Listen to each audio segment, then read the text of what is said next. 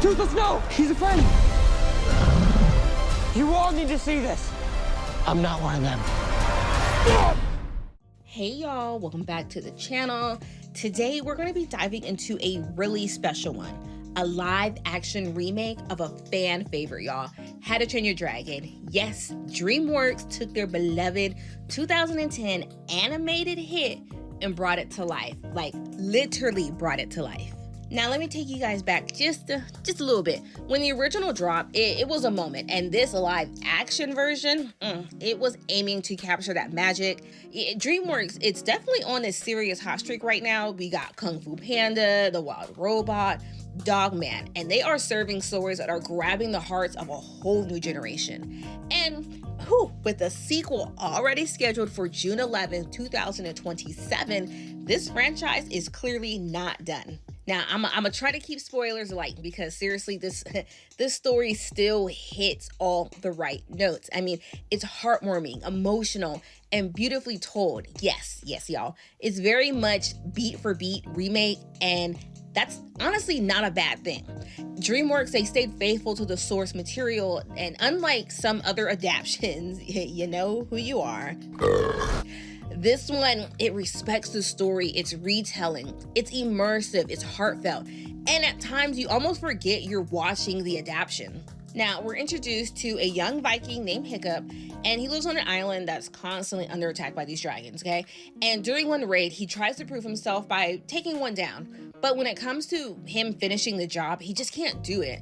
And that decision changes everything for him. He ends up befriending the dragon he spares, a night fury at that, named Toothless. And that bond, it just becomes the emotional core of the whole entire film. The How to Train Your Dragon movie was really good. They made it just like the cartoon. I like the way Hiccup kinda used Toothless to find out new ways to not kill dragons, but to make them fall like he did kill the dragons. Personally, I think Toothless is one of the most underrated IPs out there. I think if handled with care, it can hang with the heavy hitters. And the biggest question of them all, how do the humans kind of do portraying? Hiccup is played by Thames from The Black Phone, and he's got some heavy lifting here, especially with all the CGI elements, but he handles it like a pro. He really brings Hiccup to life, like you feel the growth and coming to age story. The movie is about 20 minutes longer than the animated original, mostly adding like emotional beats between the human connections, and while that works most of the time, you can feel like the early connections might feel a little bit forced, but I think that was on purpose.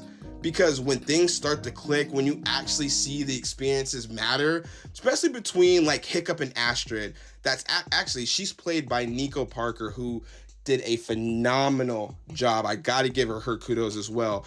The chemistry builds and the payoff is totally worth it. And just another quick side note, Gerard Butler, man, he's back as Stoic the Vast, and this time he's in the physical role, not just voicing it. I've never met a person in my life who did not love How to Train Your Dragon. I mean, if you didn't know, he did the voice back in the animation as well. So this man went all in. The makeup, costume design, it's done so well. And he's the Viking dad that you truly don't want to mess with. And as a father, just wanting the best from, your many, I could completely understand. Now, are his ways and tactics the best? Maybe not, but as parents, you try to do your best with what you have. Now let's get into the vibes, okay? Because this film, it leans into that big screen feel, stunning visuals, high stakes, action, emotional depth. It's got the full package. And shout out to DeBlois, the original director, who's back for this one too. And you can tell he just had a vision, having crafted the animation and now shaping it into something grounded in the real world. That kind of creative journey, it definitely shows. The supporting cast of Friends, it has a different but believable dynamic compared to the animated version. And some arcs feel slightly adjusted just to serve the narrative, but it never takes you too far from the story's heart. Honestly, watching the original and live action How to Train Your Dragon, there was one or two parts about the movie that they changed, which didn't bother me. And we all know that this had better CGI than Snow White.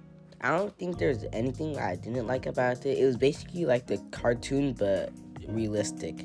And got another little confession. I've always been a dragon nerd. Anytime a dragon's involved, Maleficent the dragon, a blue eyes white dragon, hell, Komodo dragons, it always fascinated me. So of course the story had me hooked from the go, and it's a beautiful reminder of why the original worked so well and how the remake can hold its own in the same tactic. You know, Hiccup's coming of age arc is a little more intense here, okay? He's not just trying to be a dragon slayer, he's really trying to prove himself to his father. And that tension, it adds emotional weight. But by the third act, whew, baby, it delivers, okay? Especially his moments with Astrid. I mean, they start slow, but by the end, their bond feels earned. Now, whether you're watching for, nostalgia effect or the first time with your kids or going solo, this movie, it has something for everyone. I mean, it's touching, exciting, and yes, you might, have a little tear or two slide down. But if DreamWorks keeps this level of energy up, I don't know, this series could seriously become a live action classic.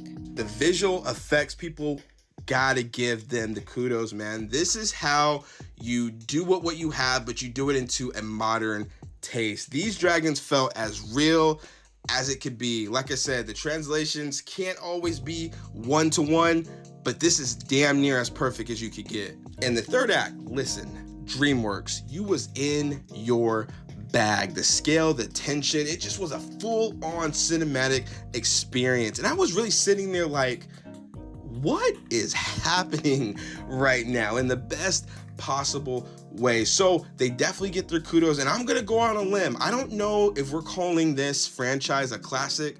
At this point, I'm not gonna argue with you, but what I will say is this is possibly one of the best animated remakes that we have seen so far. I will go on that limb. But what you guys really came here for, after further discussion, what do we officially give How to Train Your Dragon a heartbeat? In a heartbeat. Oh, yeah. Mm-hmm. All right, my beautiful people, now it's y'all turn. Have you seen How to Train Your Dragon, and what do you guys think of the live action remake or the series as a whole? Drop your thoughts in the comments below. You know we always love hearing from you. As always, be sure to tell someone you love them. We love y'all. God bless y'all. And until next time, let us go to the movies for you. Bye.